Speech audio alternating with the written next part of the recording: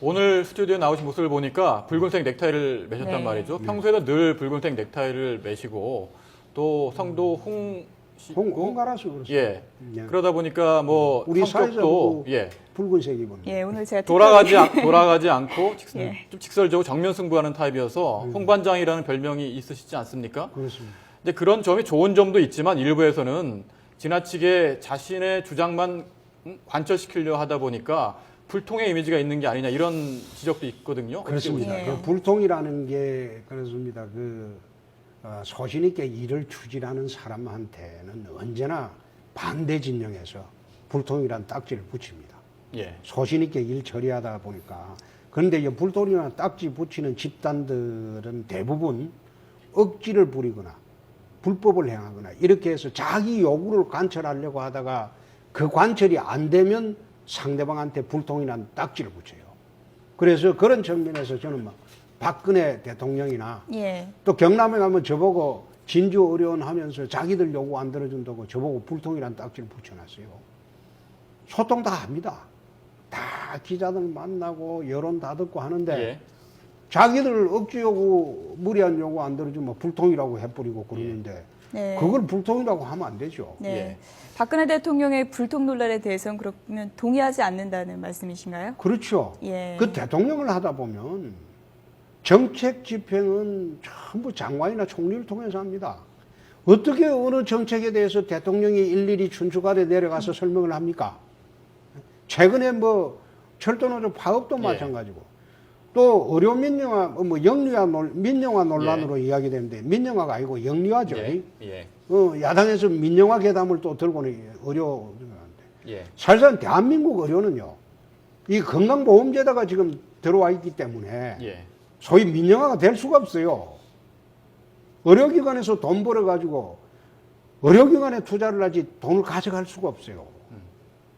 지금 대한민국 그 의료 이 제도는 의사들한테는 굉장히 가혹한 제도입니다.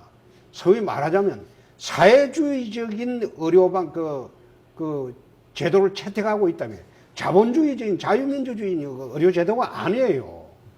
유일하게 그 여러 군데에서 그런 우리 저 제도가 있는데 특히 의료보험제도, 건강보험제도 채택하고 난 뒤부터 대한민국 의료제도는 사회주의 방식입니다. 일종의. 말하자면 의사가 A라는 병원하고 B라는 병원이 있는데 그 병원의 등급이 같으면 의사 기술이 뛰어나도 예.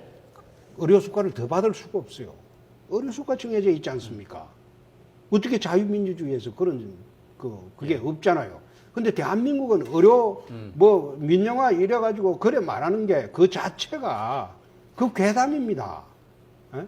지난번에 광우병 배담 나오듯이 철도도 민영화 하는데 철도 민영화 안 돼 있는 나라가 많지 않을걸요? 세계에. 내가 알기로는 몇 나라 안 될 겁니다. 그런데 철도 민영화 정부 그래도 국민 그 부담 때문에 철도 민영화 안 한다고 했어요. 그런데 민영화라고 또 우기면서 하고 있고. 의료도 마찬가지잖아요. 정부에서 민영화 아니라고 하는데 의료 민영화라는 말 들고 나와가지고 건강보험제도 있는 한 예. 국민들이 예. 의료 수가가 맹장염 수술하면 1,000만 원대다 이런 식으로 말은 나올 수가 없어요. 지금 뭐 여러 가지 괴담이라고 말씀하셨는데 의료제도가 우리나라 의료제도는 사회주의화됐다는 말씀도 아니, 하셨고요.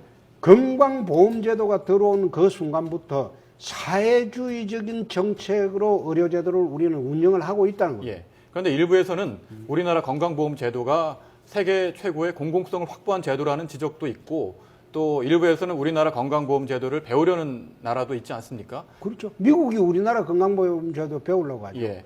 미국에 가보시면 제가 99년도 그 잠시 유학을 갔을 때 칼 직원이 의료보험을 다 넣습니다.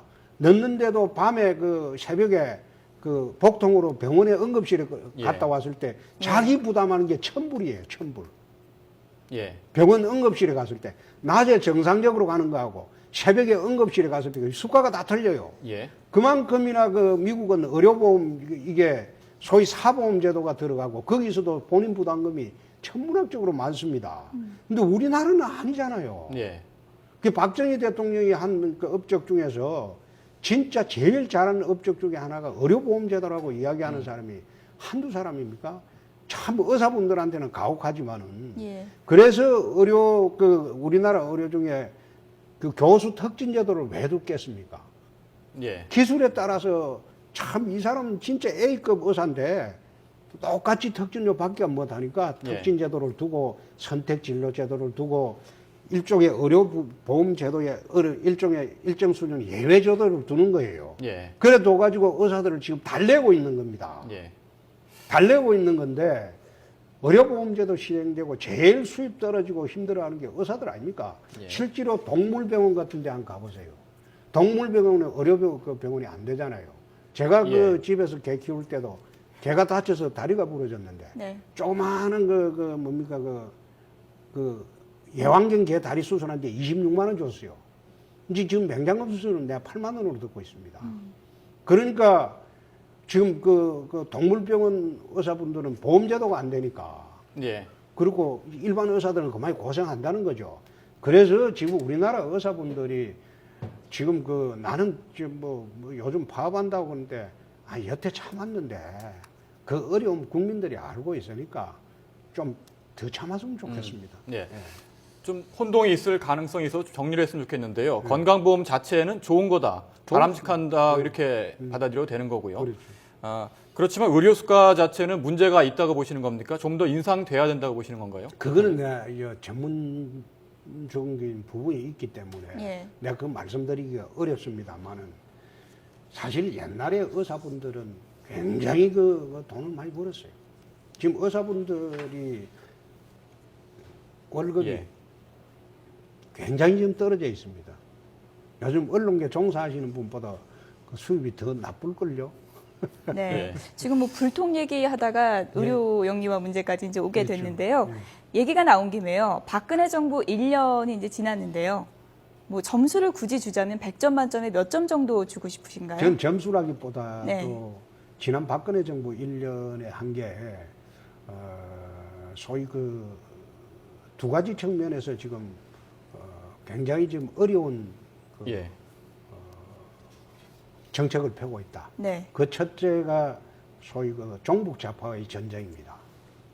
종북 좌파의 전쟁인데 우리 사회가 지난번에 97년 이후에 DJ 정권 넘어간 이후에 한 10년 동안 소위 종북 좌파라는 분들이 진보라는 탈을 쓰고 우리 사회에 합법적으로 자리를 다 잡아요. 공직에도 취임. 그런데 여기를 이제 지금 정상화하기 위해서 한편에 붙고 있고 예. 또 한편은 공공개혁을 하면서 공공개혁을 하려면 소위 공공노조하고 이제 전쟁을 붙어야 됩니다. 예. 네. 이건 철도 노조에서 붙었듯이 공공노조들이 지금 시내 직장이라고 하고 예. 있는 그분들이 누리는 소위 각종 혜택 예. 그걸 줄여야 되는데 줄이고 구조조정을 해야 되는데 그걸 과연 어떻게 해갈 것인지 그 대한민국이 비정상의 정상화라는 이름하에 두 전쟁을 하고 있는데 네. 네. 여기서 좀 더 이길 수 있도록 대한민국이 정상화될 수 있도록 당과 우리 여당과 또 그 정부에서 좀 힘을 좀 모아줬으면 하는 게 한 바람이고 예. 두 번째 이제 대통령의 알파고 오메가는 저는 정치라고 생각합니다. 이명박 대통령이 5년 내내 사실상 실패한 대통령으로 끝나버릴 수밖에 없었던 게 정치를 안 했기 때문입니다. 정치라면 여의도 정치를 그렇습니다. 말씀하시는 여의도 거죠? 정치를 하는 예. 게 아니라 대통령은 정치에 초연해서는 절대 안 됩니다. 예. 대통령의 알파고 오메가는 정치입니다. 그래서 이제는 어느 정도 나라가 세팅됐기 때문에 네. 정치를 좀 해 주셨으면 합니다. 지난 1년은 좀 미흡했다고 보시는 건가요? 그거는 정치할 시간이 없었죠. 정치할 시간이 없었고 집권기에 어떤 식으로 나라를 이끌어갈지 그거 세팅하는 데 정신이 없어서. 예. 예.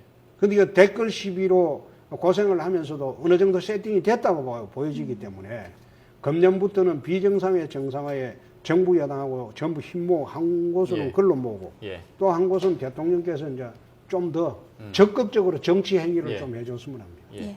한 라디오 방송에서 뭐 좀 이른 감이 있습니다. 대선 얘기가 예. 불거졌습니다. 대선에 대한 생각은 어떠신지요? 정치하는 사람은 나라 경영 한번 해보고 싶다는 꿈은 다 갖고 있죠. 네. 누구나 네. 다. 그러나 옛날에는 대통령이 되려면 목숨을 걸든지 목숨을 걸고 쿠데타를 하든지 그렇지 않으면 민주화 운동하면서 죽을 고비를 넘기든지. 예. 근데 그것이 2002년부터 노무현 대통령 등장하면서부터 그 신화가 없어져 버렸어요. 네. 대통령 되는 예. 조건이 그게 아니거든요. 근데 그때부터 이제 우리 정치권에서 나돌기 시작한 게 아무나 대통령 시대가 되어버렸어요. 누구라도 대통령이 될 그런 그 기회가 오는 예. 거예요. 그래서 지금 그 나라가 혼란스러운 겁니다. 네. 누구라도 지금 대통령 될 기회가 있고 될 가능성이 있기 때문에 꿈을 나라가 갖고 계시다는 그럼요. 의미로 다 받아들여요. 다 꿈은 예. 갖고 있죠. 예.